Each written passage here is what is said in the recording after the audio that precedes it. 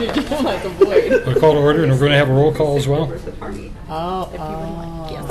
Okay. Calling together the Metro Enhancement meeting for today, whatever date it is.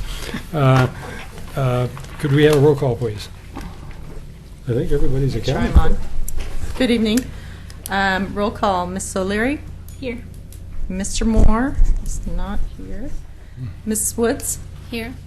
Ms. Mum? Here. Mr. Smith? Here. What? Rocky? No one ever calls me that. So I know, it's the same it's for me. very weird to hear that. Ms. Collette? Here. Ms. Roth? Here. Ms. Polly? Here. And Mayor Neely. Here. With that, we'll go directly to the approval of the minutes. Have people read them? And and after a year's time, do you remember what we covered? Can I remind you that the last year's minutes were approved in October. So you're just approving the October portion Yeah. The special meeting. of the special meeting. Very good. Move to approve.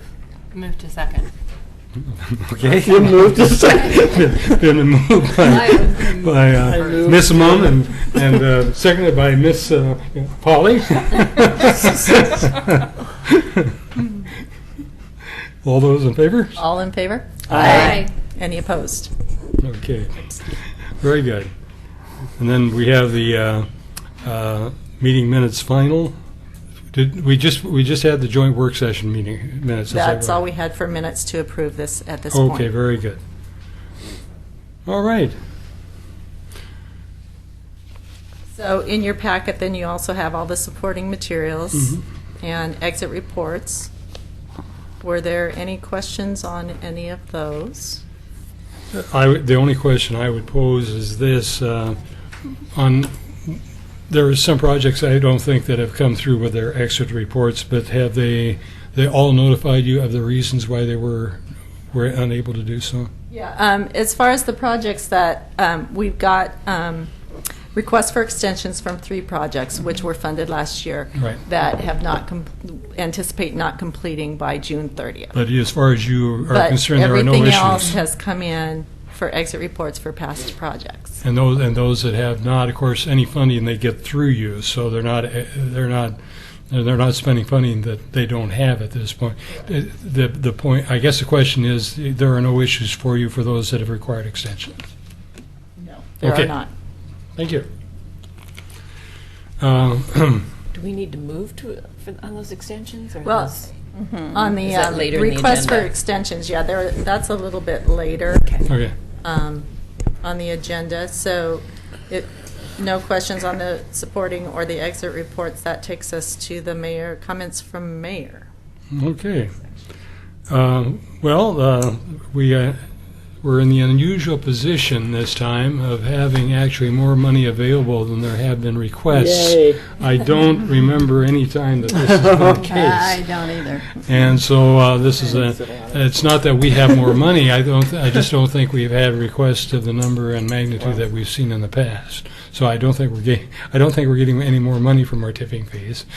And I'm going to have a request from our representative, our Metro Councilor for this district, Carlotta Collette, who I don't believe has missed a meeting since she's been our representative.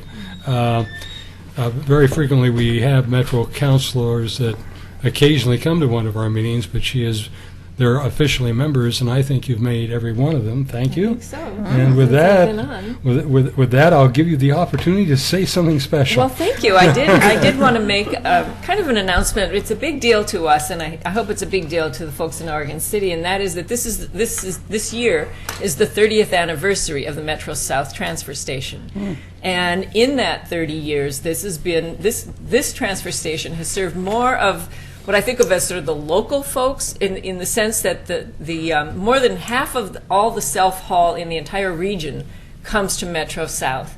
And that means that the small nursery people who are hauling trailers from their backyard, people from around the community, and not just Oregon City community, but all around the region, come to Metro South. And I think that one of the things we do these feedback forums occasionally, and the feedback we get is such an easy community to deal with.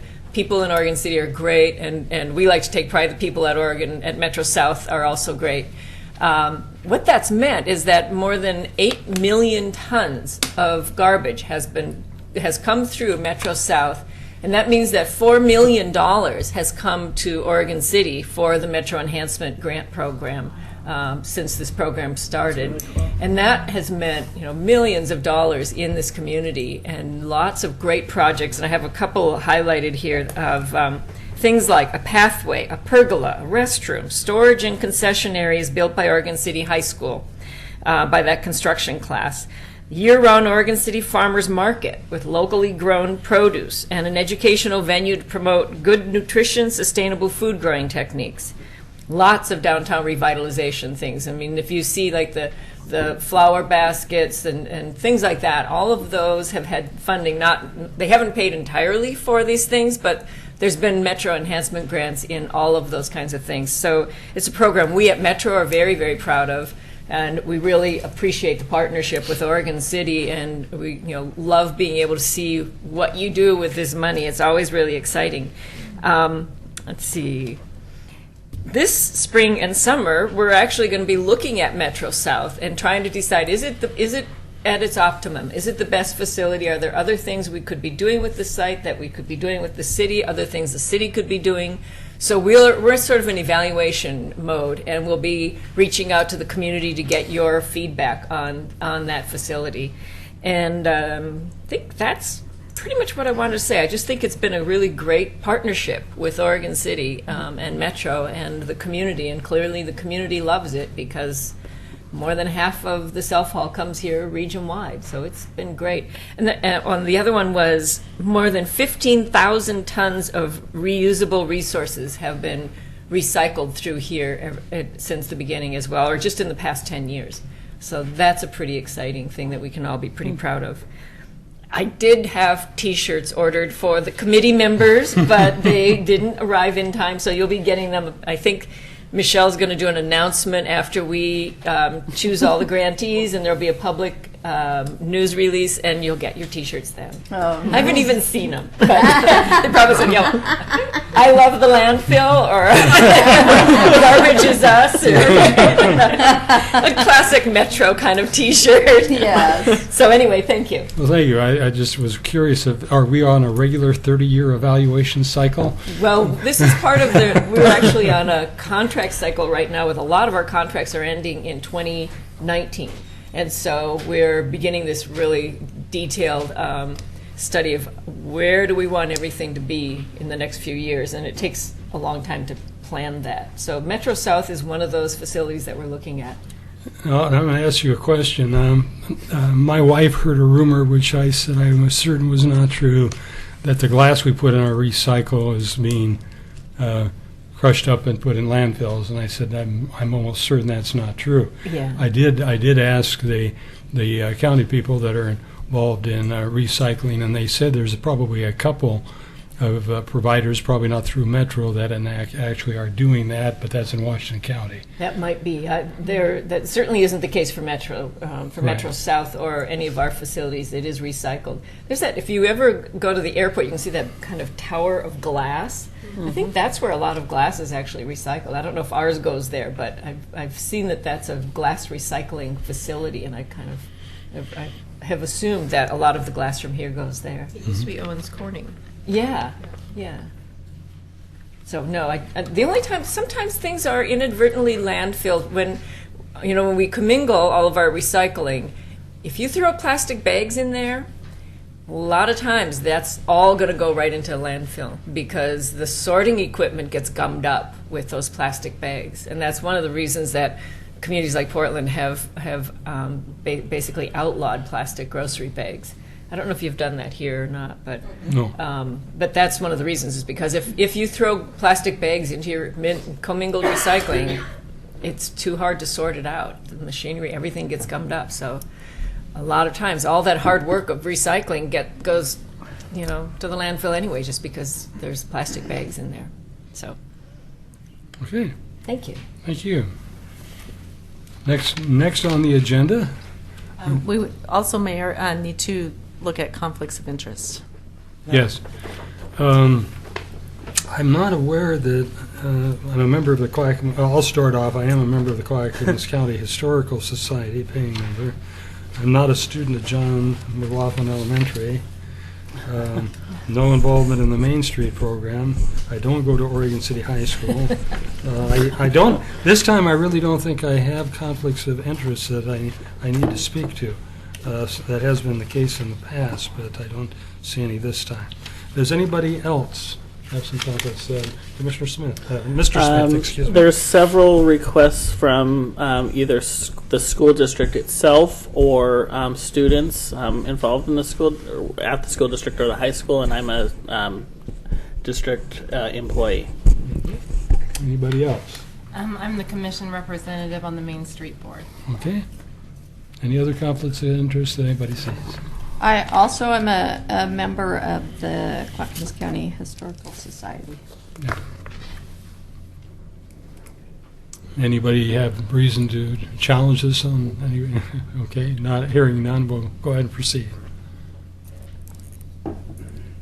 So next up is any questions on the budget, balance sheet, and past grant funding amounts. And Mr. Parno's here to answer any questions.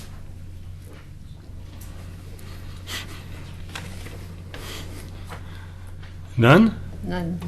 We'll go ahead and proceed on. Wow.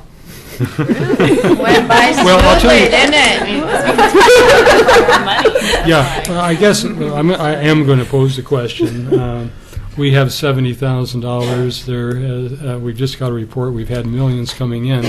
Not all the Metro Enhancement money that come through this body. Is that correct? Or do you? Or, I'll put you on the spot. Are these Michelle, funds? do you want to assist with that Well, question? no, there's a portion of it that goes to the city fund, Yeah. that about $27,000 a year.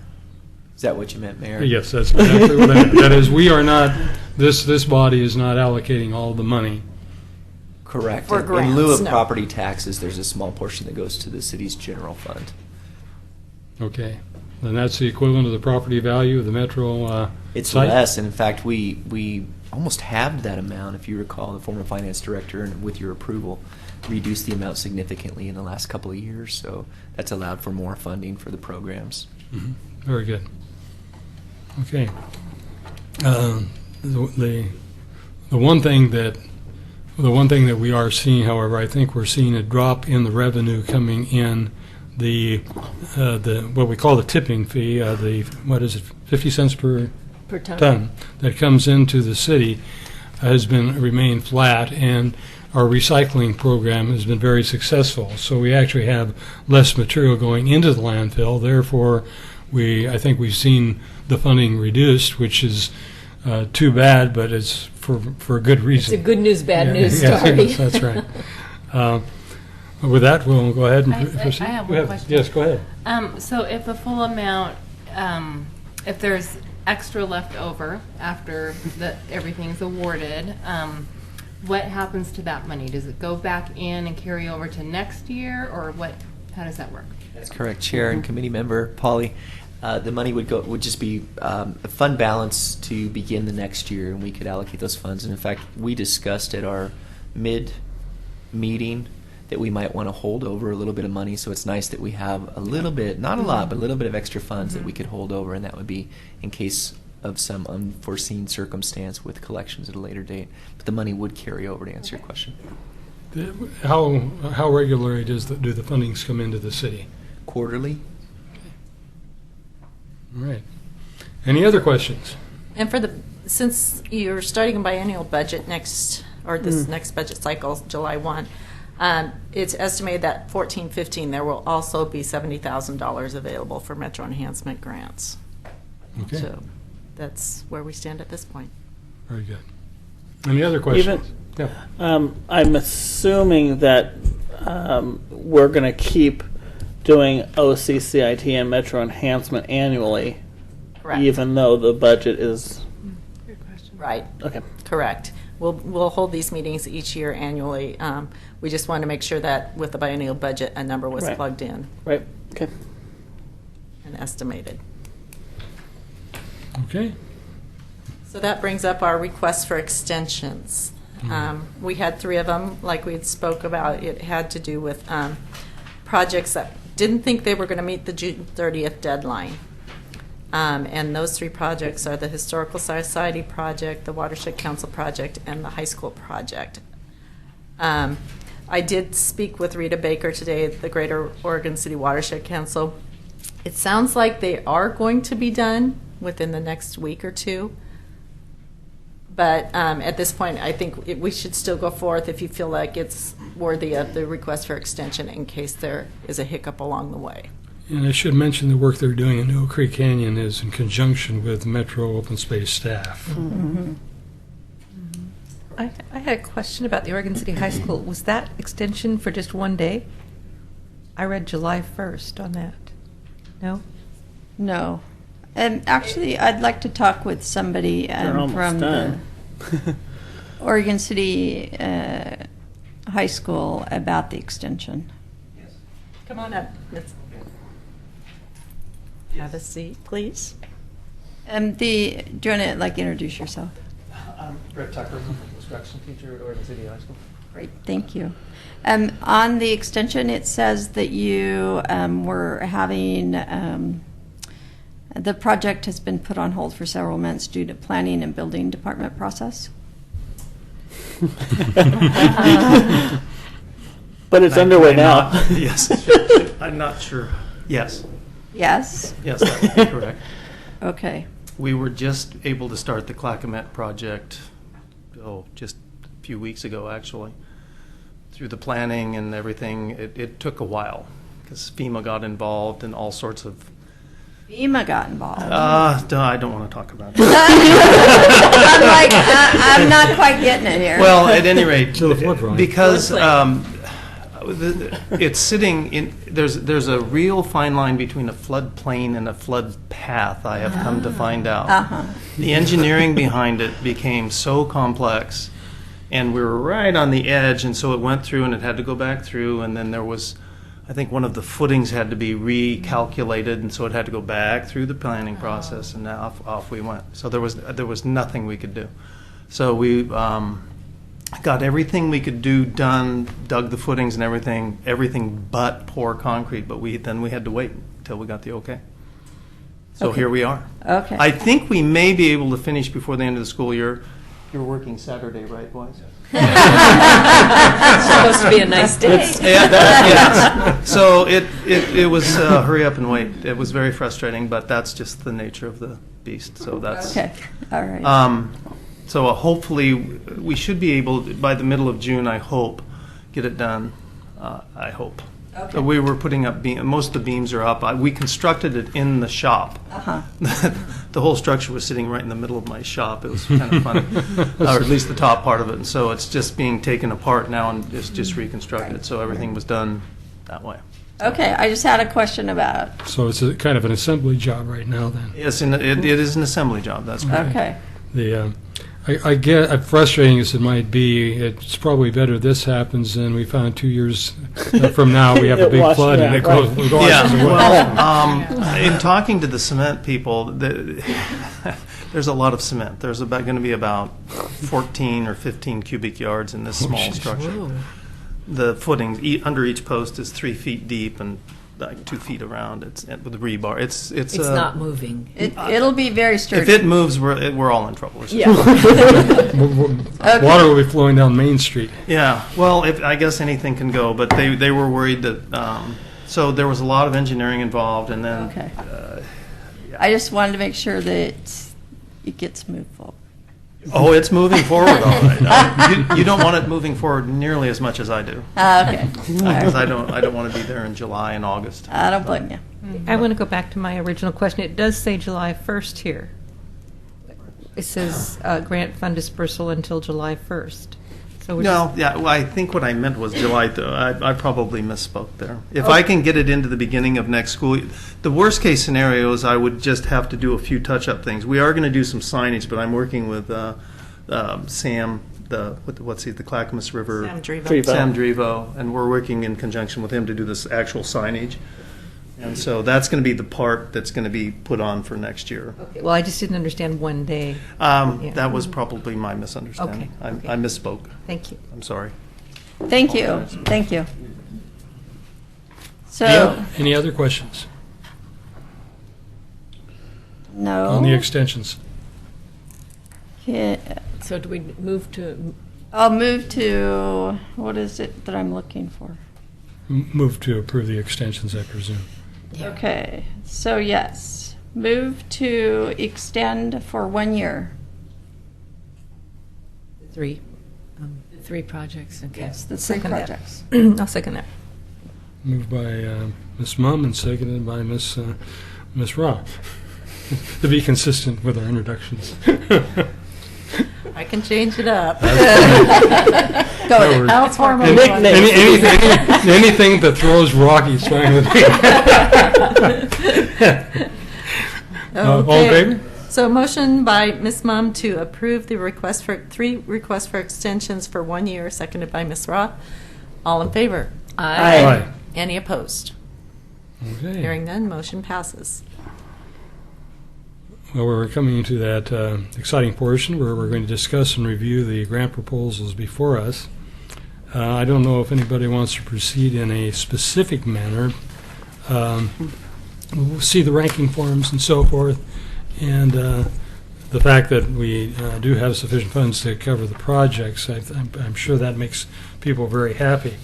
But we have ranking forms that we have all done. I don't think they're on the screen, though, are they? No, not until you want to review and ask any questions of the grant Okay. applicants. These,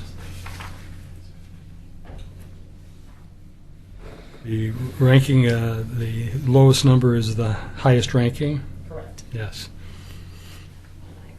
Mm-hmm.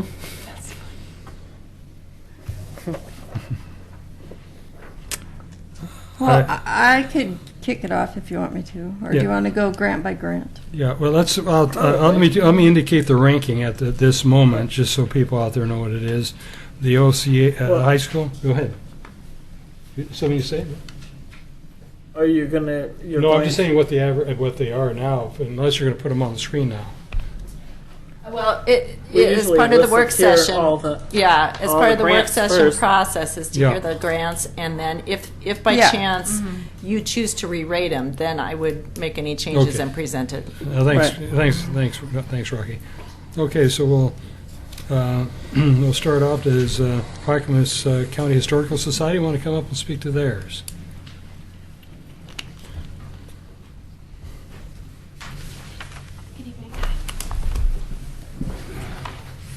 So, hi, I'm Roxandra Pennington, Program Director for the Museum of the Oregon Territory, Stevens Crawford Heritage House, under the umbrella of the Clackamas County Historical Society.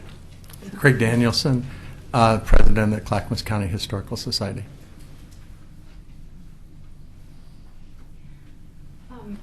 Do you have questions that come to mind about the grant proposal? Do you want me to review what it is?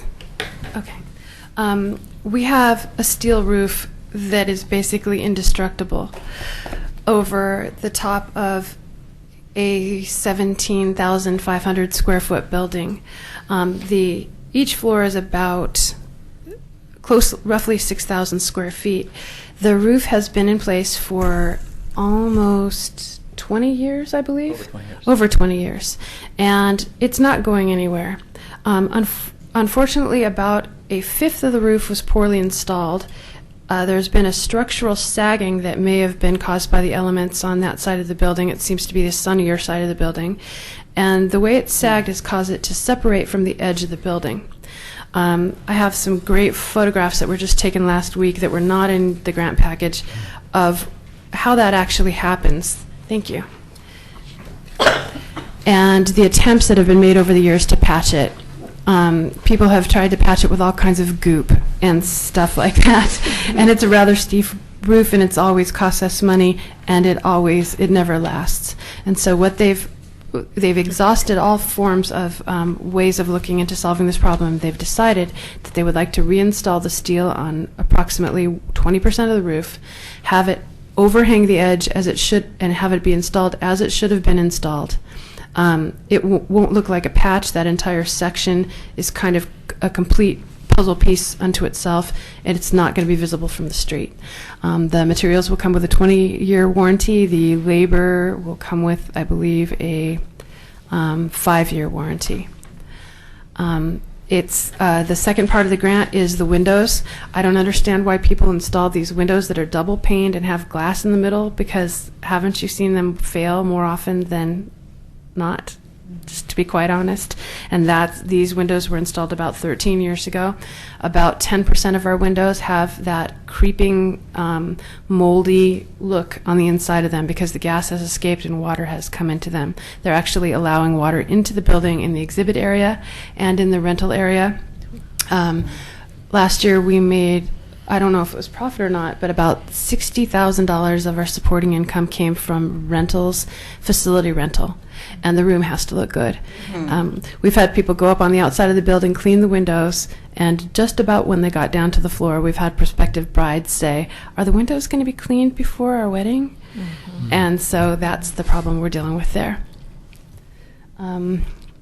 I think that's what this grant was basically about. The power washing, if you take a look at the picture, isn't necessary. They say they want it power washed before they start deinstalling and reinstalling it.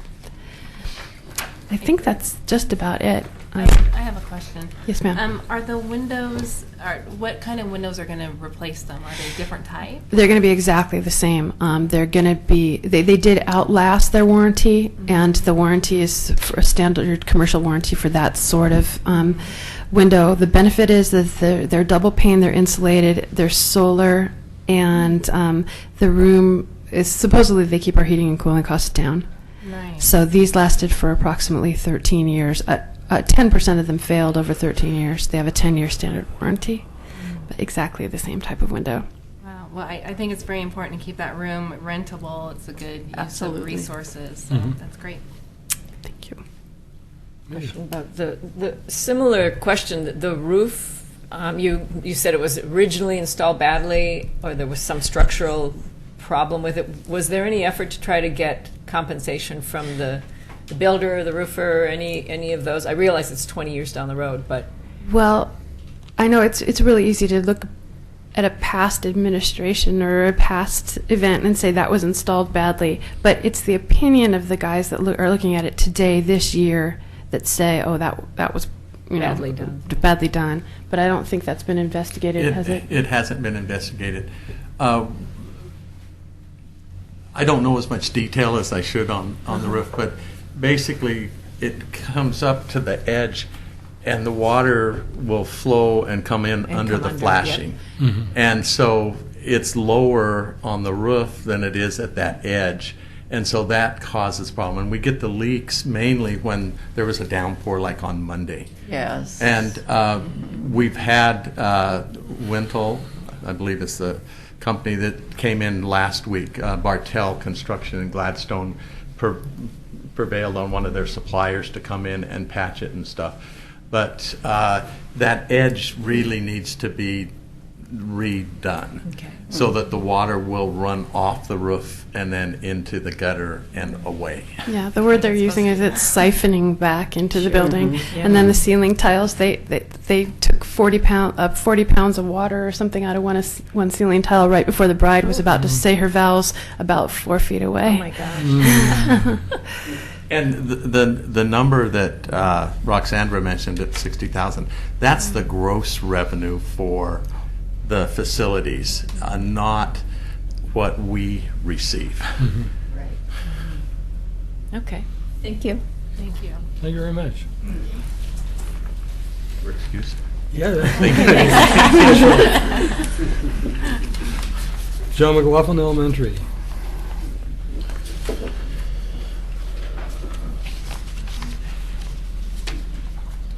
Hi. My name is Becky Colsey, and this is Ginger Redlinger. I am the serving as the current PTSO president at John McLaughlin Elementary, and Ginger is our principal. Thank you for the opportunity of coming tonight to speak to you. Actually, I will hand these out to you as I speak, but these these summary letters we've created to canvass our neighborhood about our track at John McLaughlin.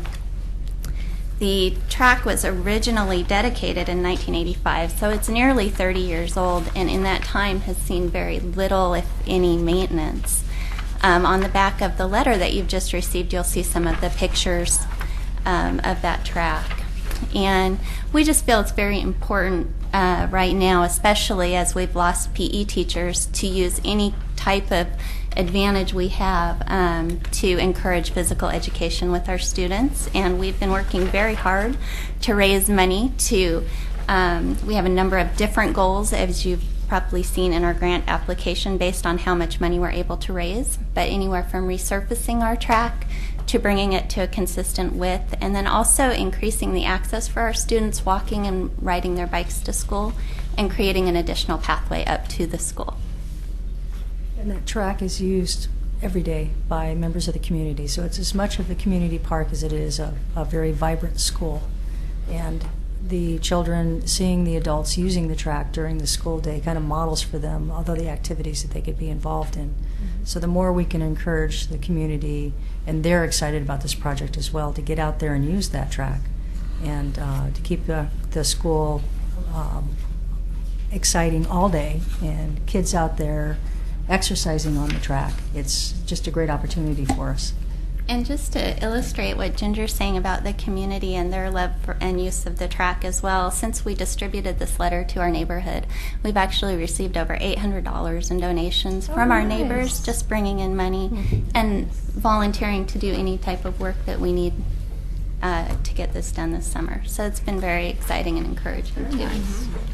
How many feet wide is it right now? I see you're looking at 6 feet. So it varies. It is anywhere along that 4/10 of a mile. It's anywhere from 3.5 feet in some sections up to 6 feet in some sections. So basically, we're looking at bringing it so that it's just a consistent width the whole way around. I have a question about your construction costs in here. You have matching funds of $17,081 to $16,784. Did you mean it the other way around, or I'm not sure what you meant? Most likely. And that's funds that you're matching, it sounds like. Yes, and that's basically, it's dependent upon the project that we do. There are different permitting costs.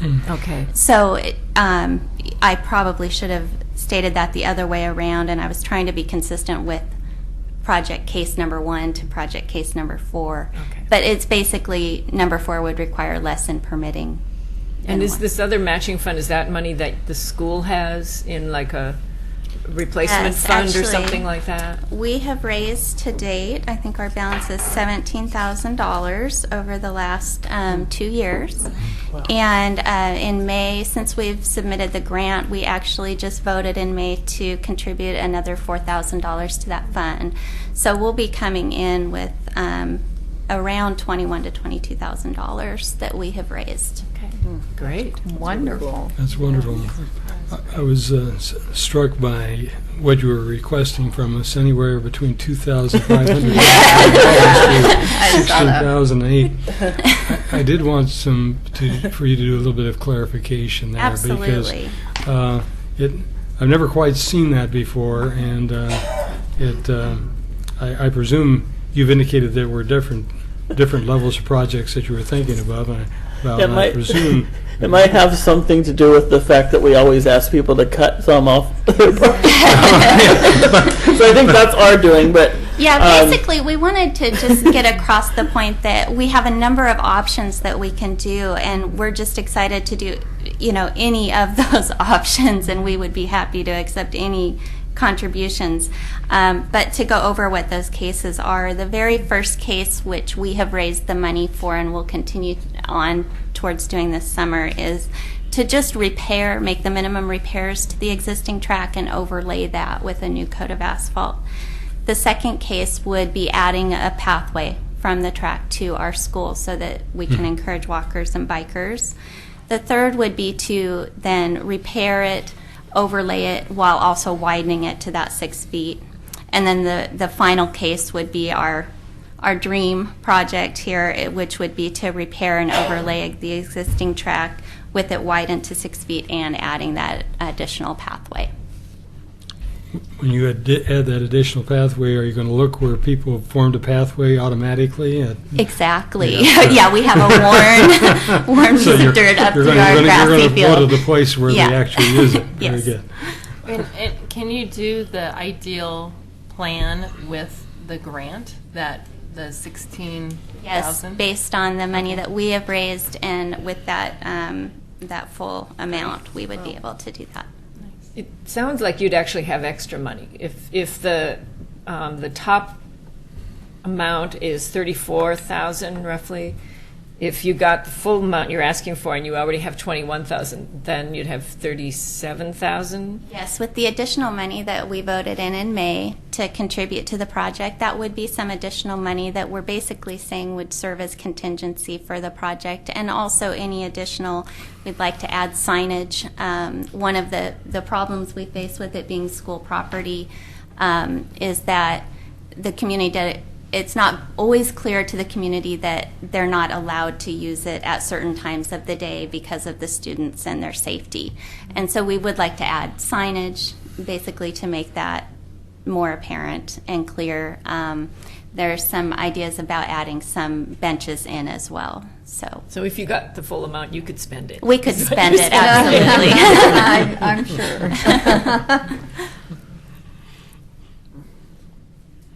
Any other questions? Okay. Great, thank you so much. Thank you. Thank you for being here. Main Street, Oregon City. I don't think, guess we don't have a rep. Oh, yes, Don Swack's going to come up and speak.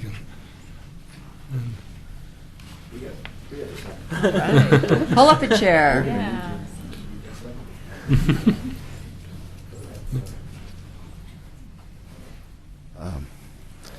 I'm Don Slack from Oregon City, in Main Street, Oregon City, and this is Nick Dirkman. And Ethan is on staff with Main Street, Oregon City. And our project is actually been working on for many years, is a project of gateways. And I don't know if you, in your packet, I think there was an enclosure that talked about what gateways were. Mm-hmm. Typically, gateways from a lot of cities that are being revitalized in the Midwest, and maybe in Oregon as well, they have typical beginning and ends. The freeway went around the city kind of went into economic despair, and then when it's being revitalized, typically there's a beginning and an end to the city on the old road that used to run through the city. And so it's pretty apparent where the gateway signs would go. And that might give you a vision of what a gateway is. I think there's a gateway sign for Chinatown downtown, so that is kind of an example of a gateway. Probably the most expensive, and I don't think we're going to end up going there, example of a gateway is in Troutdale. And my neighbor, who used to be the city manager over there, he tells me the story that was a civic project that kind of got way over budget, but it's very beautiful. It has, if you've seen it, fish and all kinds of things that announce their historic downtown. And so that's basically what a gateway does, is it announces a downtown district or historic district, and it's a warm and typically a warm and inviting element to introduce people to your downtown. It shows the beginning of an area, and so that's kind of the basic purpose of what this would do. We've been working a long time, talking a long time at least, about gateways. I think now more appropriately than ever with what's happened in our downtown, we're ready for the announcement to our downtown in the form of a gateway. And one of the things that, as we've begun the project the second time here, become apparent is that gateways are going to have a lot of controversy. So while most of the money in the budget is for the first gateway, we also have planned a number of meetings with both the community, the Main Street, Chamber of Commerce, so that while I'm sure we'll still end up with some differences of opinion, we'll at least kind of get everybody's feel as to what is going to be appropriate for the Main Street gateway. And there'll likely be several that will follow in years to come. And part of what we're going to be doing is trying to determine where those are, because we don't have the typical Right. one end to the other gateway. We have a number of entrances into our downtown, and we want to make sure that we appropriately, that we appropriately announce those in a fashion that's going to be fair and equal to all parts of downtown. Right now we have kind of a downtown right by the courthouse. It's very defined, but as downtown evolves, there will be other areas that we'll also want to invite people into. So. And it may be a different way, not Right. just a single arch. It may be a unifying way. So what process are you going to use to get the input from people and open it up to get the ideas? Yeah, what we're planning to do is when we start actually the project itself is to we're planning to do it over a 3 to 4 month period of time where we're going to have meetings, but we want to break that into segments so that we can talk about different topics at each one of those, and hopefully bring the folks along. So we would make those open, as Don was saying, to Main Street, other chamber, anyone that's interested. I mean, it would be open to the community if there's interest at any level. And part of what we want to do is we know that there's already inventory of like artwork and all those types of things. So we want to make sure that what we do fits in with what we already have. Mm-hmm. And even, for example, I know there's with the 99E project that's going on now, there's some discussion about having gateway signs there for that project. So we want to look at all of those things so that we're looking for continuity. Mm-hmm. And so part of where we are right now is to get buy-in at various levels. One, as Don was saying, where are the main entrances that we want to really focus on? What is sort of the overall theme that we want to use? We don't want to get into the design of a gateway until we go through that process, so that we're really looking globally about the project. So the emphasis will be going through those in a stepwise fashion, so that we can come to a conclusion about what that design will entail, and then we would actually go into the design of that initial gateway. Part of the team is going to definitely be somebody who's more artistic than I am. And so, because we definitely, I participated, I don't know whether the mayor participated. Were you on the enhancement where we did, no, you just commented on the ones. Right. Was it in the form of a complaint after it was done? No, it was a friendly complaint. It was a friendly complaint. It was the shoehorns. Oh, yeah. Yes. But that I see us doing something like that where we've definitely More shoehorns? We need our if that's what the community wants. I'm not the artist, but we definitely need some input to what this art should look like, because art is typically what is used in some form or another for the gateway. So, I guess, and it's part of the public input thing. A lot of the art we've had going in the downtown area, it has been interpretive, and given the historic nature of the downtown, I personally like to see something more representative. What do you call it? What's the word besides interpretive? I think that's right. I think what you're saying is right. Yeah. Rocky's interpreted some of that for me. So. I disagreed with his interpretation. I disagreed with his interpretation of the art below Singer Falls, because I saw that and I knew immediately what it was. It represented the graffiti on the boxcars, and I could see that right away. But he saw the falls. This is going the wrong way. We need to change subjects here. So. Art in the eye of the beholder. I guess we should continue on. I was kind of. I mean, how much of this would be money for design and an actual sculpture? Or do you have that envisioned yet? Right, we've allocated $12,000 to the first structure, so we're kind of bound by by that in terms of what we, what the first one that we select, we'll have to do it within that budget. So, that's going to dictate some of it. Then, based on as we go forward with other, there's obviously other granting opportunities, and hopefully, there'll be opportunities to come back to the Metro Enhancement Grant too, or once we get this really underway. But of the total that we're asking for $13,800. 12,000 of it is for the structure itself. Well, the city is just about to kick off the Blue Heron site master planning and visioning community We're process. excited about that. So I would hope you'd be sort of at least partnering or watching what happens there, because I think a lot of what will come out of there will be, what do we see downtown being, and the Blue Heron site being an extension of downtown. So that might be a process that could not only feed you ideas, but also you're going to have some amazing architects leading that process. Then you might be able to sort of work with them a little bit and get some insights. That's a good suggestion. Because I think that's going to be a very, I'm looking forward to it as being a really vibrant process that will get a lot of ideas and information, and you might as well capitalize on it. Exactly. That's what we need. We need that kind of input. Yeah. Okay. I have two, well, one's a question, one's a comment. Do you have any idea what that thing in Troutdale cost? I think it's just under $200,000. Oh, sorry. I think, I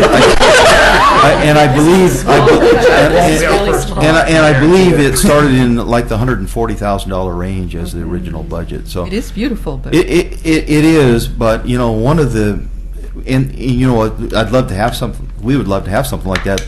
But the thing that they've got is they've got a need for one, or it makes sense to have one. Right. When you're doing what we're doing, where there's going to be multiple, 4 times 200,000 or 5 times 200,000 is a lot of money. So my second part of the question is, or comment is, no hoops. No hoops. Oh, wagon wheels? Yeah. Wagon. Oh. No. I don't know what that is. The covered wagons that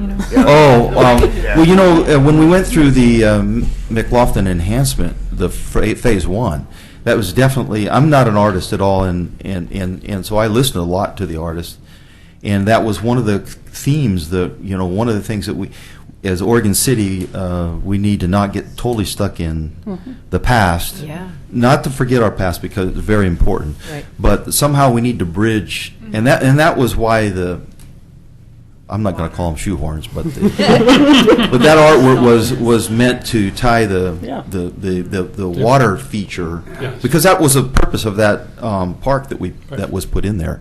And so I can look at that, not being an artist, and I understand all of that, but obviously everybody has an opinion. It was explained to me.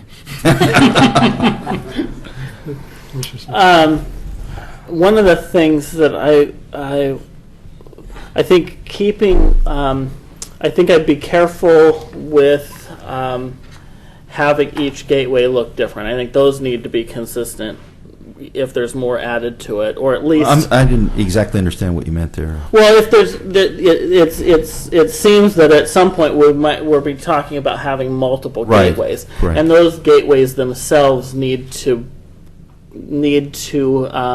be consistent that's our not plan. necessarily an exact duplicate design, but they need to all be somehow joined together, not like design one for this one for this one.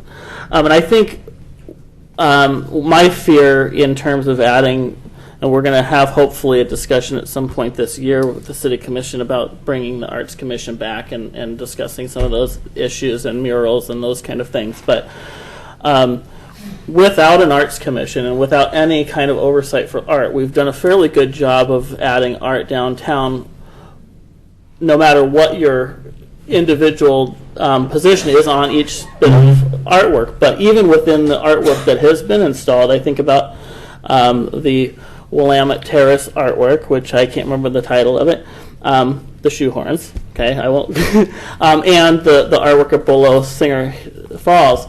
You see this, even between those, there's this metallic kind of reflection piece that's connecting, and I also see that complementing what we're doing with the elevator and the bridge, because it's all this very same color scheme that ties all these things together, even though they're very different, and complements the new artwork is complementing what we have there. And I hope that we're thinking of. It sounds like you are. So I'm really. This is one of the projects I'm really excited about. I guess the tough hurdle is going to be the gateways that we have are very narrow. For the most part. I'm assuming it's all public right of way basically. So Right. and I guess that's why I was hoping to see more support from the city in some way, which I know that'll be there because I think everyone. I can't imagine that the city itself not being excited about this project. We've met with Public Works, Okay. and they're supportive. The biggest challenge we're going to have is the gateway that goes in the ODOT right away. Right, and that's the other piece, the state Right. piece. Likely. So- Right, okay. I'm really excited But we're about up this. for the challenge. I am too. I think this is great. Really, Rocky, to address what you were saying, that's really what we're saying in terms of the theme. Yeah. And that's why we wanted to make sure that we didn't launch into doing some of the art design Right. without having those conceptual theme there. And it's interesting you brought up that metallic thing because we were just talking about that today. Were you here at the presentation about the elevator? It's incredible. It's incredible, and it plays off the elevator. By the way, if you don't know, the elevator is getting painted soon, and it's going to look great. But I think when that's done and the bridge, everything is complementing each other, even if it's a historic thing or a brand new art piece. It's all going to kind of work together. And I think that's complete coincidence at this point, which I'm glad because that doesn't always happen. Well, and the lights at the elevator will complement the Right. lights we did last year on the Singer Falls. So everything is looking great, and I'm excited about it. Betty? I chatted with you guys before, but I'll bring it up again. My concern with yours was the visioning. Metro enhancement plans, money's going for a visioning process.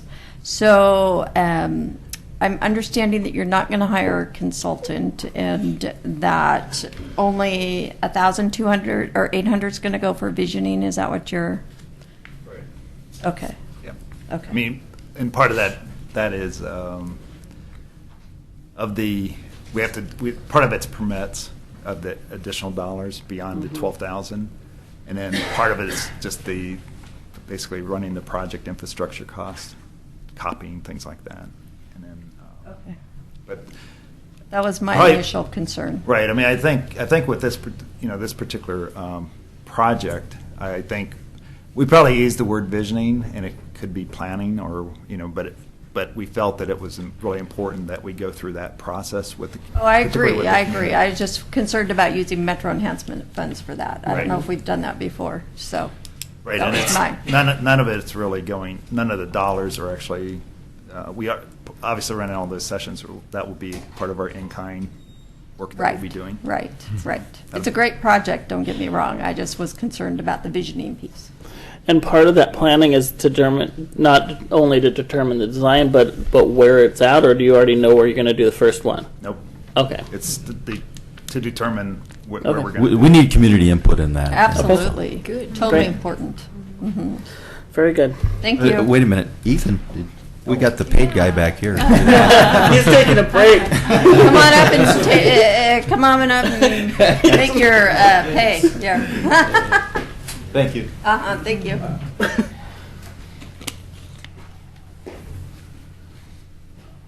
Thanks for a couple of minutes.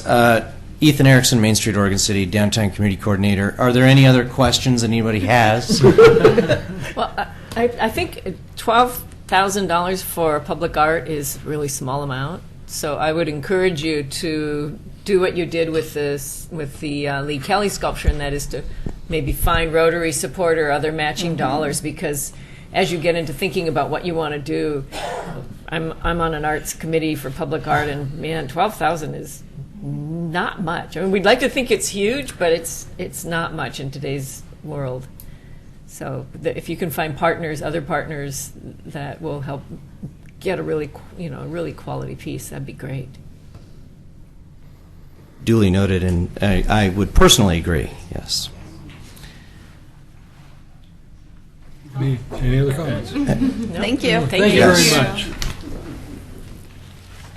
With that, we're going on to the Tadashina Sister City Project.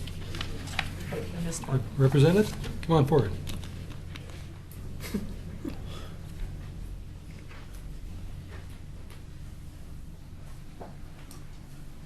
You might.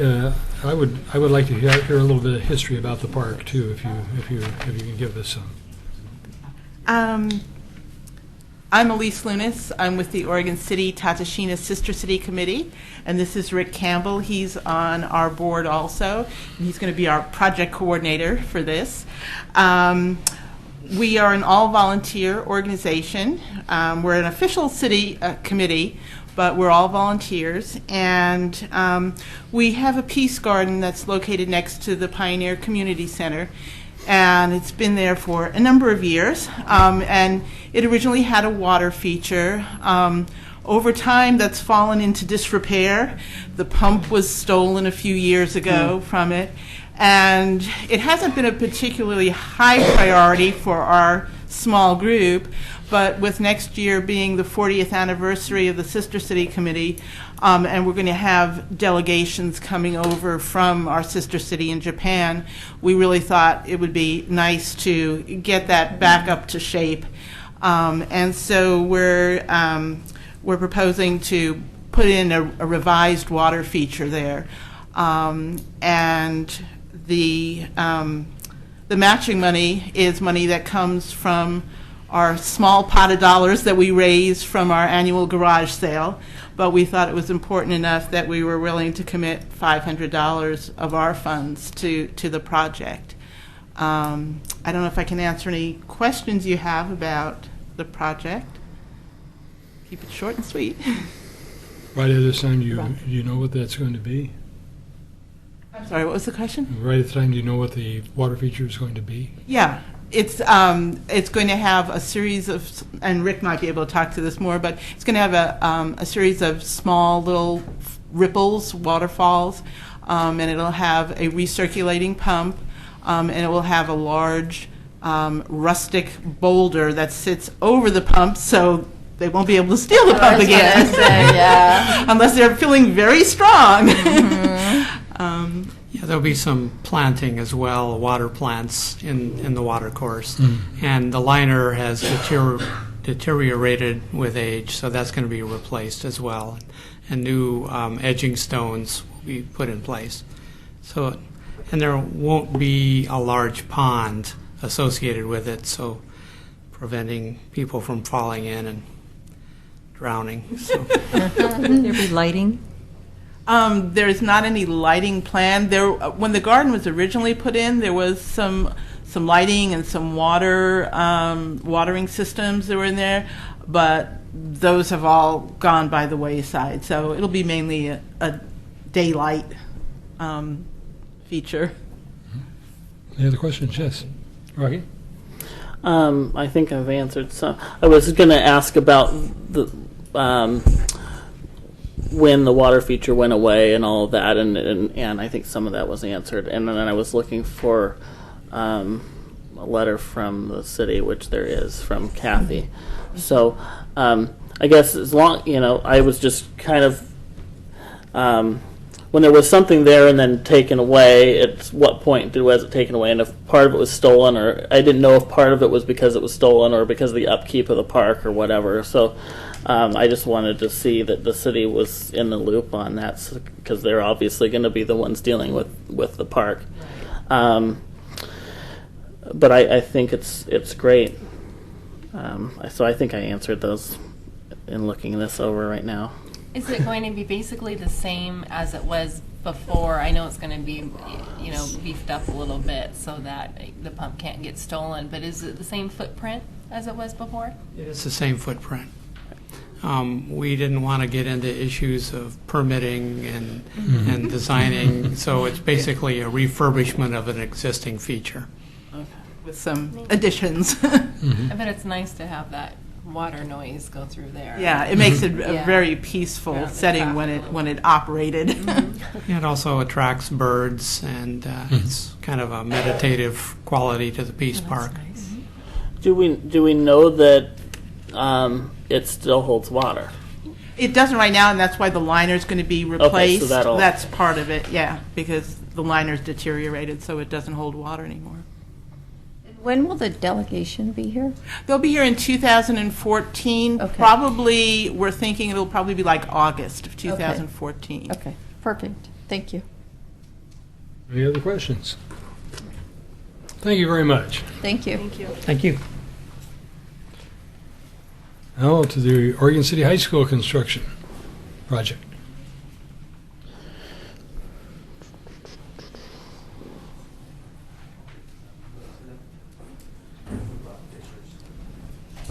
Good. Oh, we like pictures. This was taken yesterday, so we are quite a ways along on that Yes. project. So Yes. Nice. this is the current park.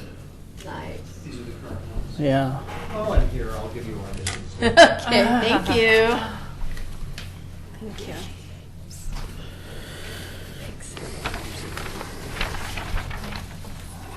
We have extras. Thank you.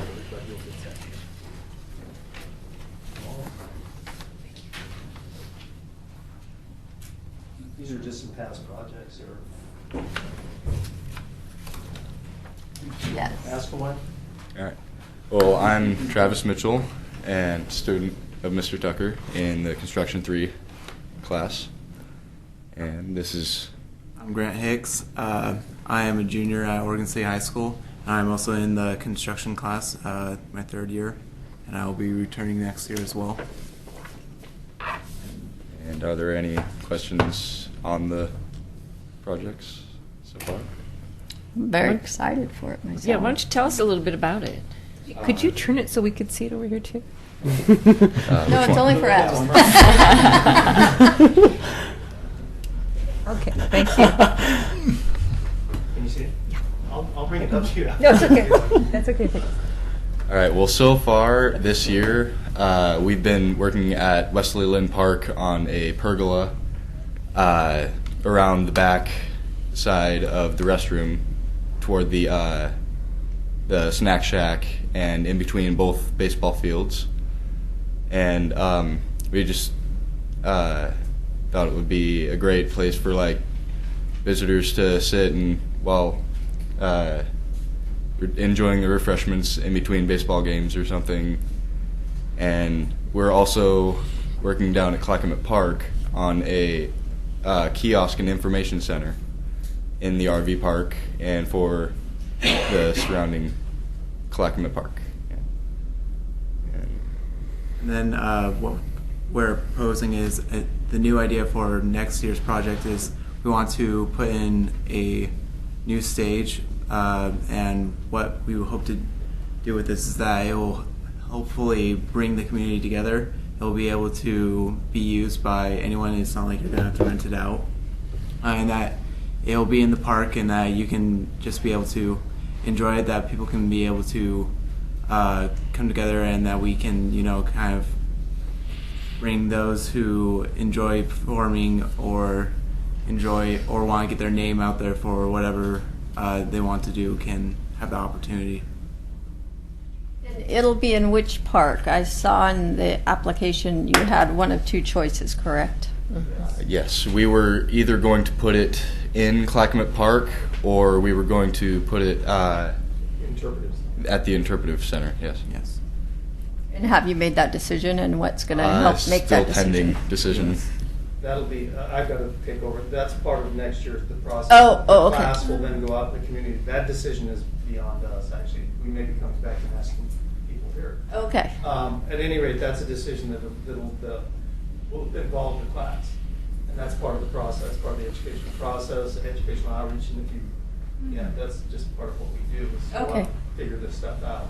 Perfect. I don't know the answer to that, and so I had to be, there's two designs there, and so the Yes. design, I have a model I could drag in too, but it's just a starting point, and then the kids will just, it evolves through public input. So That's great. That's their job, and so Okay. they'll tweak the models, they'll come up with different ideas. The two that were there, one was gonna be removable if it's in Clackamet. That's the tent-looking thing, I don't know if the pictures. Yeah, I saw that. Okay, that one I modeled, that's actually in Lake Oswego. Right, Foothills. Park, Foothill Park. Mhm. thing. Yeah. And I've seen that, and it's a really neat venue. That was one of the things, and so the other one would be designed, and the kids will get into the design if it goes at the other place, so. Okay, it'll be perfect. more suited for that place. Okay. Western or whatever. Okay, But that's their job at the beginning of next year. that's great. Thank you. Metro just passed a Restore Natural Areas levy that will provide about $10 million a year for the maintenance of our parks and also some park facilities. It would be great if you guys were you should send me an email because I think there might be an opportunity here to build in some education that would work with all of our parks, especially those around Oregon City, but maybe even region-wide, because we'll want to be building things like kiosks at parks and parking areas and bathrooms, just the kind of stuff you guys have been doing. Mm-hmm. And I think one of the goals of that levy was to increase educational opportunities for people to learn about natural areas and natural areas construction kinds of things. So you're perfect. So send me something and we'll follow up with it. I think that would be a really great opportunity to follow up. I have not been told that in a long time. I thought we tell you that every year, don't we? No, it's an exciting program, and I think it should be a model for other schools if it isn't, and I think it really fits now that we've passed that levy with the kind of work we're going to be doing for at least the next 5 years. We have the funding from the taxpayers, so it would be, I think, a great opportunity. Kathy? He was up first. I called you. The person I see first. Oh gosh. Okay, my question. I don't want to sound like I'm on a one track here, but I'm back to the hoops. I'm seeing fabric. Yes, that's a shade sail. It's more of just like a fabric tarp that can be like shaped like the umbrella or Foothills Park design. Okay, does it come down so that it lasts? Yes. Oh, That was the idea. If it was in Clackamet Park, you got to take it down, right? Because or it's going to be underwater. Right. So there would be any number of different iterations of that. That design would come up. See, we can't really say because we don't know exactly where it's going to go. Okay. But if it's going there, it's coming down. Okay, but I see both of these designs have cloth on them. Yeah, that was just. It doesn't have to be that way. Okay. That's again, that's part of the process that they'll go through. Okay, thank you. They'll design and they'll talk to people, they'll talk to musicians, what do you want on the stage, and that's for next year's class, right from the get-go, they'll start that process. Okay, thank you. So, excuse me, Mr. Tucker, if there's any other questions of you, you need to come up to a microphone. Oh, yeah. Pull your chair on that. I won't say anything more. Rocky. Thank you, Doug. I'm excited about this project. I know that in the past, I would say over the last 10 years at least, I've heard discussions about possible stages at Clackamet Park or at the end of the trail. One of the reasons I think that this is important, there are many festivals and events throughout the city, one of which I happen to be a coordinator of. We've had numerous events that have come to ask for grant money, especially at OCCIT money, for staging. And we've had even events downtown and places. The huge amount of their budget to put on events is staging, renting a stage for the weekend. It costs almost as much to build one, as it does to rent one for a weekend. And so, that, especially at the interpretive center site, that has been that was always envisioned as a concert venue. That's where that old timey play that no one remembers. I do. Oregon Trail Pageant. Oregon Trail Pageant. So that's when the Oregon Trail Pageant was there. But even on paper now, the city's planning big concerts at End of the Trail this summer, that don't have a stage. So that's an expense that costs us to rent a stage for that particular place. And I think we have seen numerous events at Clackamas Park that don't exist anymore. One of which, 4th of July, we had big concerts down there. I mean, the huge expense of having a concert down there was renting the stage. So I think that's why you see these two locations, I hope, and I think that's why they're open to seeing what the community wants. I think, as a city commission, we haven't come to a final conclusion yet, or a public conclusion on the library site. But if, for instance, in the future that the concerts in the park have to change locations, where would they go? They're going to probably go to one of these two spots. Yeah. And are we prepared for that? And is there money savings for having a facility there to handle those kind of events? So I think it's very well thought out, and it's exciting.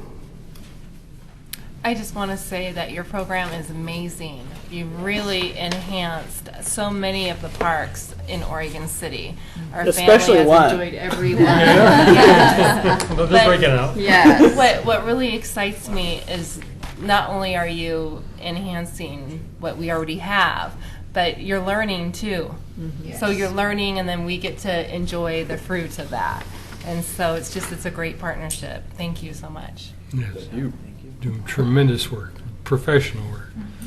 One thing I would mention in your application, you don't. I'm trying to find this on here now. There's the one that says creating job opportunities or job training. Yes. You haven't checked that one. Yes. And I think you should check that one, because that is really a big part of what you're doing, and it would add to the value of your application. I checked it on mine though. I think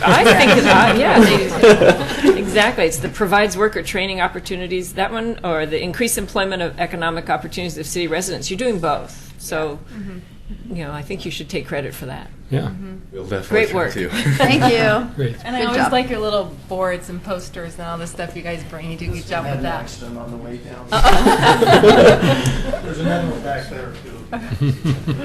Great. Thank you. I would love to get your email. Yeah. So let me give you my card. And I think I see you most frequently. Keep them in Oregon City. The construction project. I know. Yeah, it's my local too, right? I don't want them doing parks in Lake Oswego or in Westland or It's a great model. I think unless they want to franchise what they're doing to these other cities. That's franchise. Somebody asked. That's a great idea. I think it's a good model. Yeah, absolutely. We have Park Place Neighborhood Association Earth Crusaders coming forward at I believe the Straits Cemetery. Are we allowed to move chairs or not? Oh, yes. I'd like to have Major Doug Thomas join us, if that's okay. Linda. Major Doug. Okay.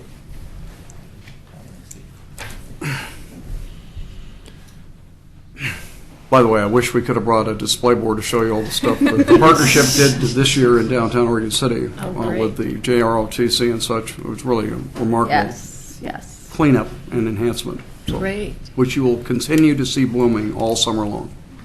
My intention, our intention, is Millennium Plaza in Lake Oswego and Market of Choice in Westland. That's what it's going to begin to look like in those boulevard plantings.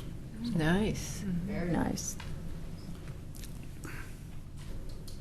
Did you have questions? I'm sorry. No, we're waiting for a presentation. Okay, well, this is Linda Van Hammerbeek and Steve from the Park Place Neighborhood Association. Major Doug Thomas and I have worked together this last year and in the past on projects, and our intention was to try to upgrade the Hiram Strait Cemetery, which is a very historic cemetery in a highly visible zone Your Hilltop Cemetery, of course, is very important too, but this is right at the end of the Oregon Trail.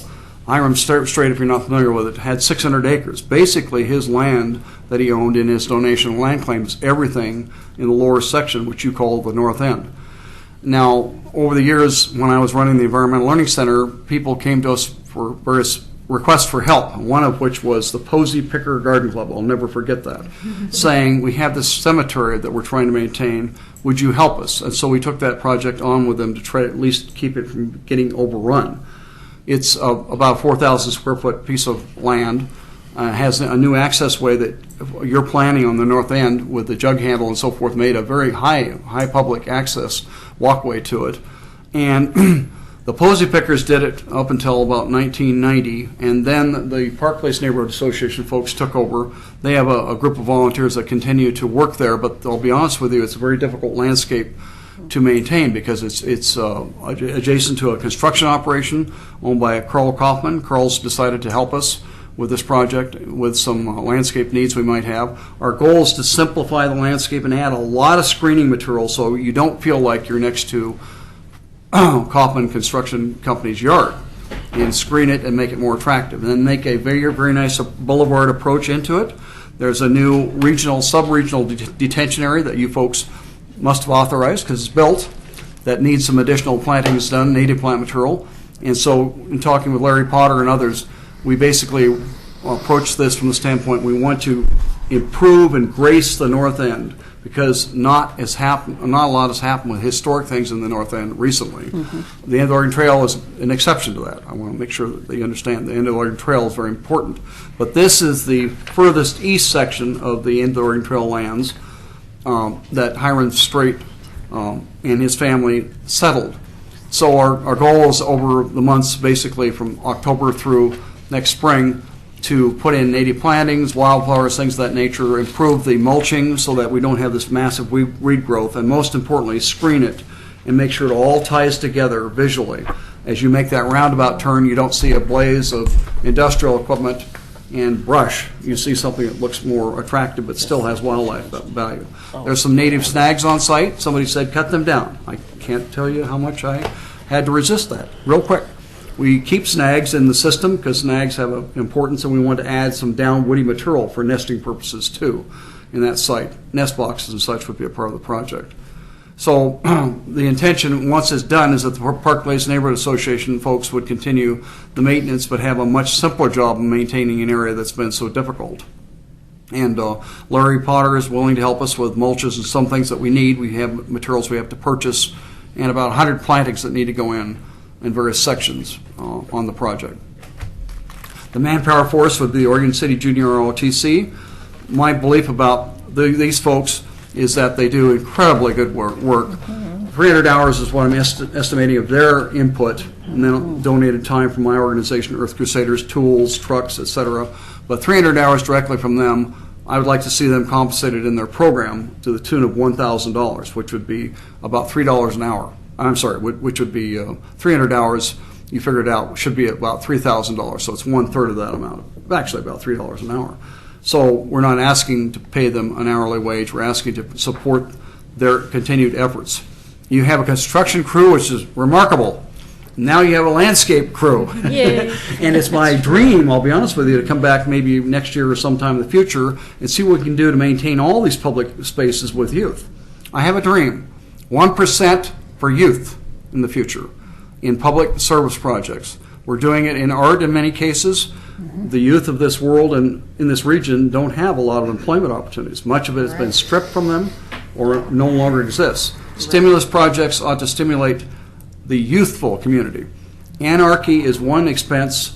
Getting people involved in the public service work is cheaper. So I have a question. Yes. The $1,000 that you wanted donated, does that come out of the $8,000? That's part of the Metro request. That's Okay. correct. Okay. This year in the downtown area,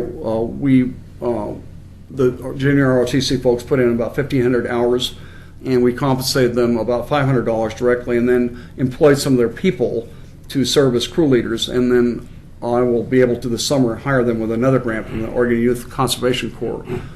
So the essence of the whole thing is we're contributing to their program. Absolutely. Perfect. Another great partnership with children from our high school. I love it. It's a great learning tool for them. I agree. I also, not only is it a great project, but it adds to what we've already done down there with the intersection, and a lot of people it's probably the most overlooked historic site in the city.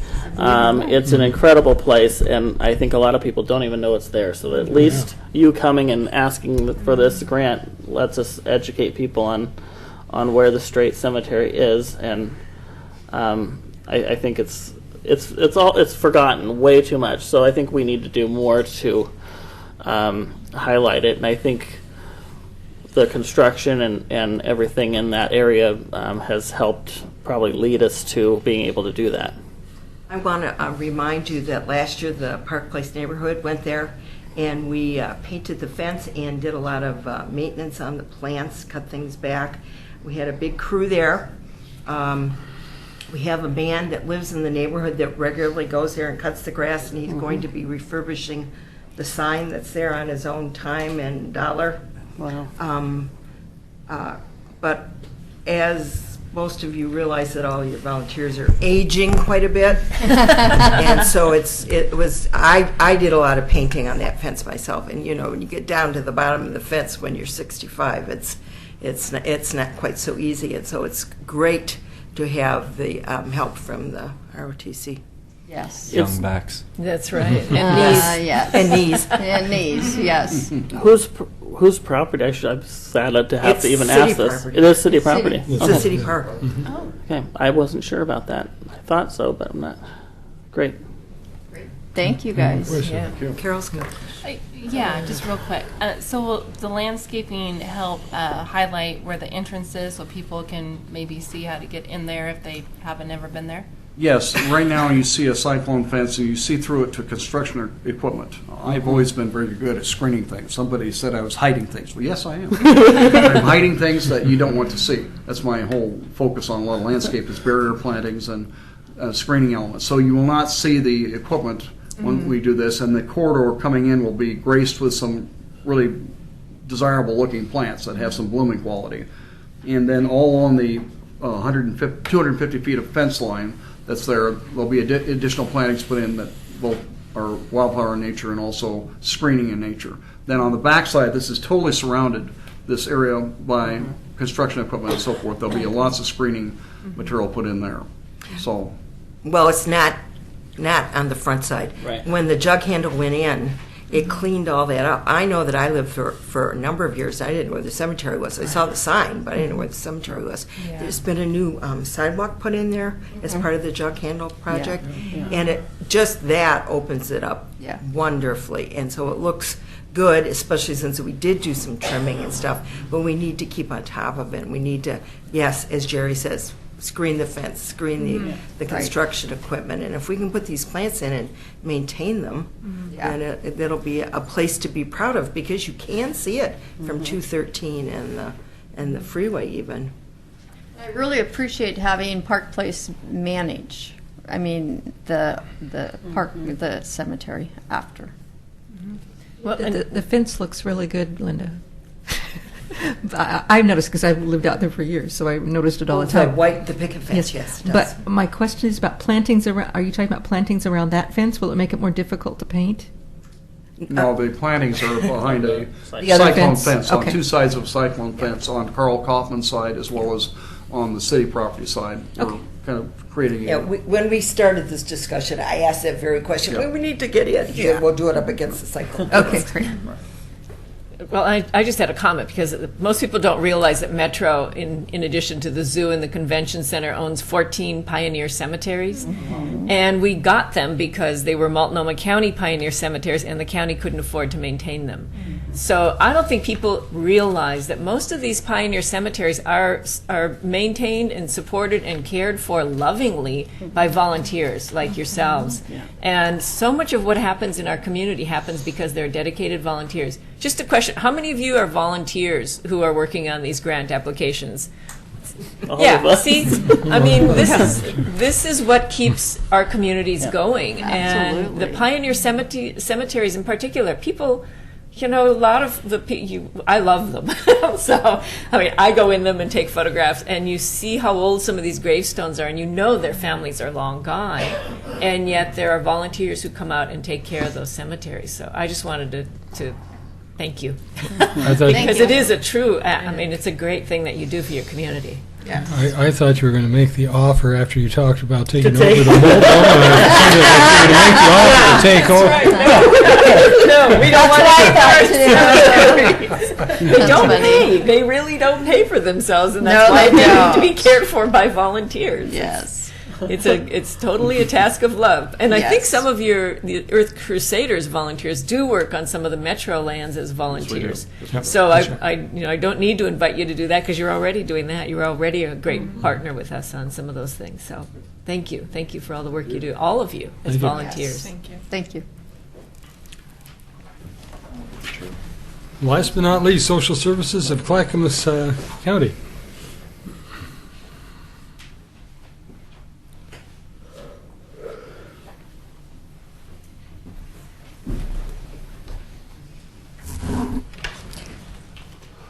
Good evening. I'm Jane Brown, and I am the Human Services Coordinator for the Housing Authority.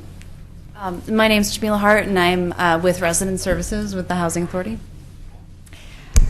Let's see, the last time we received funding was, I think, back in 2009-10, and that was to build a community garden in the Park Place low-income public housing development.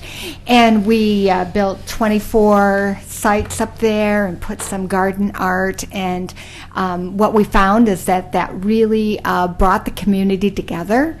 And all of the garden beds are taken. People come out, they work on it, they've gotten to know one another some.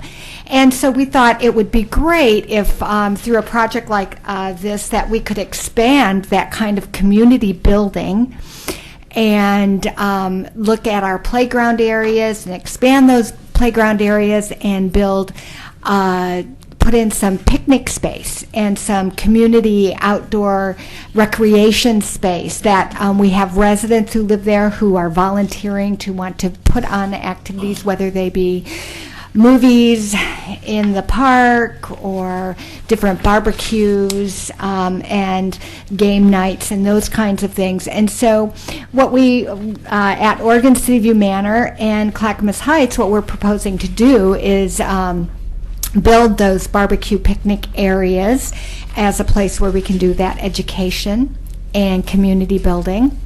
And that would be one of the primary piece of this grant. And then secondary, we are looking at doing some neighborhood cleanup along with the Park Place Neighborhood Association, which we've participated with in the past, and along with that do some environmental education. We contract with Oregon City School District and the Extension Service and ZTEC organization that will come out and do education projects with us along with our neighborhood cleanup and recycling program. And then the third piece of this would be to look at our curb appeal in those two neighborhoods. Those neighborhoods house some of Oregon City's poorest residents, and really we want to encourage and provide resources for them to be able to uplift their houses and duplexes through flowers and plantings and improving porches, and kind of just give the neighborhoods a little bit of a facelift up there also, and to help them gain a sense of pride in where they live. Jamila, you have anything else to add? Maybe results on other things that we have done and how that ties into this and our participation? Oh, well, thanks to the Metro grant, the community garden in Clackamas Heights has done really, really well. And like Jane said, it's been a real center point of the community, and we're really just trying to build off of that because we have some really great momentum, and we have a really great volunteer base there now that we can support a lot of projects, which have taken off because of that garden. So. Great. Any questions? I've got one unrelated to your project. It really bothers me a great deal that we don't have the kind of public transport system going up there. I think they've got a couple runs in the peak hours, but and this has always been the case. It's not because of the cutback in the TriMet services that they are having because of their budget problems, but ever since I've lived in Oregon City, I've noticed that there's so infrequent public transit up there, and in some way, if we, with you, can figure out a way to have more of that up there, it'd be great. We've worked, we do have a relationship with the Social Services Division, and I don't know how many years it's been now, but we developed with them the Catch a Ride program that still goes. We provided a van that we donated to social services called Catch a Ride, and residents can call in for to catch a ride. And so there is that service, but transportation is a real dilemma. We've tried to work with TriMet and other groups, and it's just been a real dilemma. And people in the neighborhood have, sort of residents try to work that out in various ways. A lot of people in that neighborhood car share and give each other gas money to take them to the grocery store. It's not ideal at all, but it's sort of the reality that we hasn't been able to address in a lot of other ways. You're so far away from some of those services, like jobs, services, jobs, all kinds of things. It's really isolated. I really do think that those developments are 70 years old. So I don't think that when they were originally constructed, there was a lot of thought about where those services were. I think there was some good land there in which they could build a lot of small, affordable houses for public housing and post-war housing. And that, with the cuts in HUD, we have from HUD, we are 100% funded by HUD, and we're experiencing drastic cuts.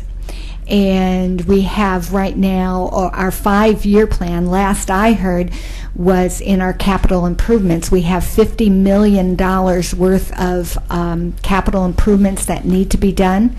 We get $800,000 a year. So we're getting maybe roughly $5 million over 5 years to address $50 million worth. And so the kinds of projects that we propose, it would seem like, well, the Housing Authority should have some funds laying around, but it falls into resident services, and those are not the priorities. The priorities are roof, siding, porches, infrastructure that is aging, and also the redevelopment programs have been cut for those types of any type of redevelopment. So I know that there are committees that it's being talked about and it's being problem solved within the county to address these issues. And so that is why, we've just appreciated so much the enhancement funds, Metro enhancement funds, because those kinds of things that maybe fall through the cracks, lower priorities. We just did a survey of our residents last month, and I just compiled the results. And when you have residents who 30% state on the survey that they went hungry at one time or another last year, that they do lack transportation, that their phones were turned off, that their electric and their heat was turned off. Buying flowers and plants is not the priority. They're getting by. And many are working. They're just those low-wage service workers, many of them. elderly and disabled. 60% of our population, our demographic, is elderly and disabled, not families. They're people who live on very small incomes, SSI, SSD, Social Security, various forms, so very small incomes. We have families with 0 incomes. So if we can do something like a neighborhood yard contest, get the neighborhood going together and provide the tools and the equipment and supplies to do that, I know it's always greatly appreciated by those folks. I already see we've done that on a smaller scale this spring, and we see people out there getting very excited and working on their yards. And once one starts doing it, then the neighbor does, and then the neighbor, and we have seen it catch fire like that. Great. Thank you. Thank you very much. Great, yes. Appreciate it.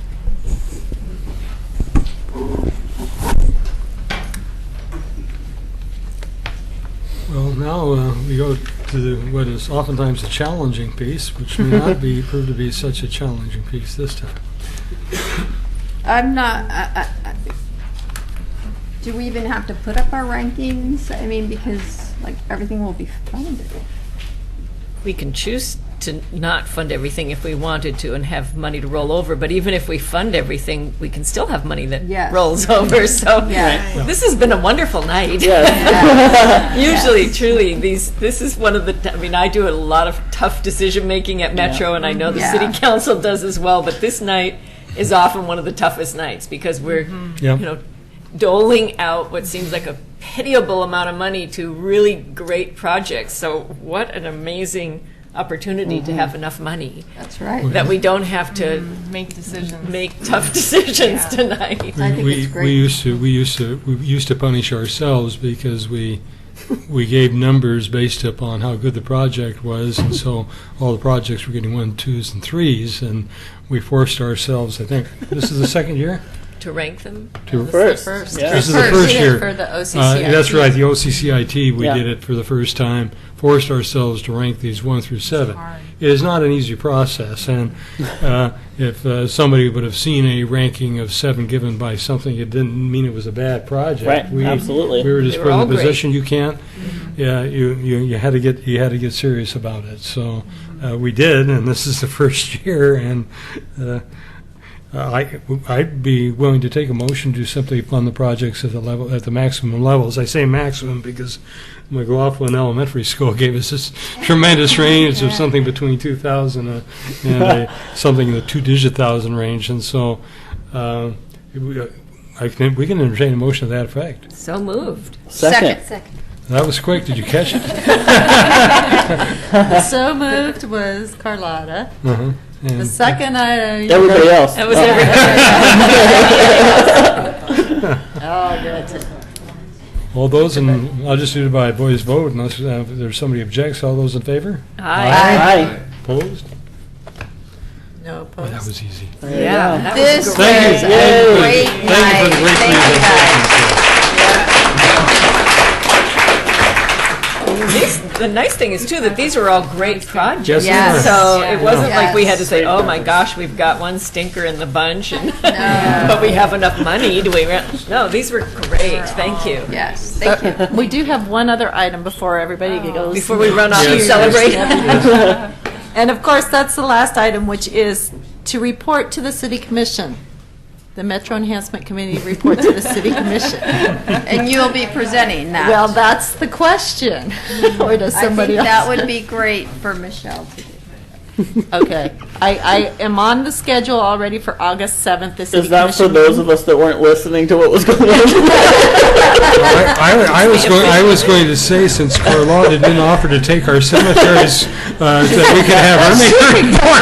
I'd be happy to make the report if it's Okay, I'll contact you, If I'm free, Carlotta, I'd be happy between the to. two of us. That'd be nice. Yeah, that would be great. Yeah. Yeah. Very especially good. since it's the 30th anniversary. It was really as well, intended to be a so. punishment, actually. There's no punishments tonight. So, pending that, I'm done if you guys are finished. Anything else for the good Any of the other order? future agenda items? Nope. plans for. I will note that we have Leslie Woods is her term. Folks, we're almost done. Almost. Leslie, her term is up the 13th, or the end of the 13th, 2013, December 31st. So we will have one position that will come open if anybody is looking. By the end of the year, we will post positions and get some applications for committee members. And she can reapply. And she can reapply. Yeah. And that is And all our boards, every advisory board, even if a person's reapplying, we do not move forward to just reappoint them. They have to go through the interview process. There is an interview process with the mayor, and then once the interviews are done, then the recommendation or the announcement, the appointment is made at a city commission meeting. So we will be having that come up. Barring that, is there any reason to meet for a mid-year meeting? I think this process we developed is working. I think it's great. We tend to have then more of a stretch between the rankings than we had before, and I think that helps in the decision making. All right. So then I guess I will see everybody, or those that are back, next May. Great. With a date to be determined. Thank you. Thank you very much.